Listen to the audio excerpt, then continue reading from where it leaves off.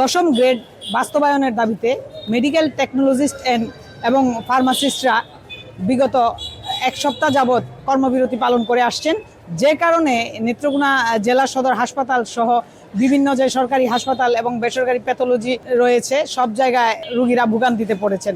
কারণ যারা আসছেন বিপদে পড়ে বিভিন্ন অসুস্থতা নিয়ে পরীক্ষা নিরীক্ষার জন্য, তারা সেই পরীক্ষাগুলো করতে পারছেন না। কেউ কেউ রক্ত নেয়ার জন্য আসছেন কিন্তু নিতে পারছেন না। এই যে একটি বিড়ম্বনায় পড়েছেন, তারা চান যে তাদের যেন এই বিড়ম্বনা থেকে মুক্তি দেওয়া হয়। ব্লাড ব্যাংকে ব্লাডটা ছিল, ওই ব্লাডটা নেওয়ার জন্য আসছিলাম, কিন্তু ওনারা তো ব্লাডটা দিতেছে না, ওনারা কর্মবিরতিতে যাচ্ছে। কর্মবিরতির কারণে তো আমরা পরীক্ষা নিরীক্ষা করতে পারতেছি না, মানে আমরা টেনশনে আছি, কাগজপত্র নিয়ে দাঁড়ায় আছি। এদিকে যারা আন্দোলন করছেন তারা বলছেন যে তাদের দাবি বাস্তবায়ন না হলে তারা লাগাতার কর্মসূচি চালিয়ে যাবেন। আমরা যেহেতু আমাদের পরীক্ষা নিরীক্ষার কাজ বন্ধ করে দিয়েছি, তো রুগীদের তো কষ্ট হচ্ছে, রুগীরা হ্যারাস হচ্ছে, রুগীদের অনেক ভোগান্তি হচ্ছে, কিন্তু ভোগান্তি আমরা কখনো দিতে চাইনি।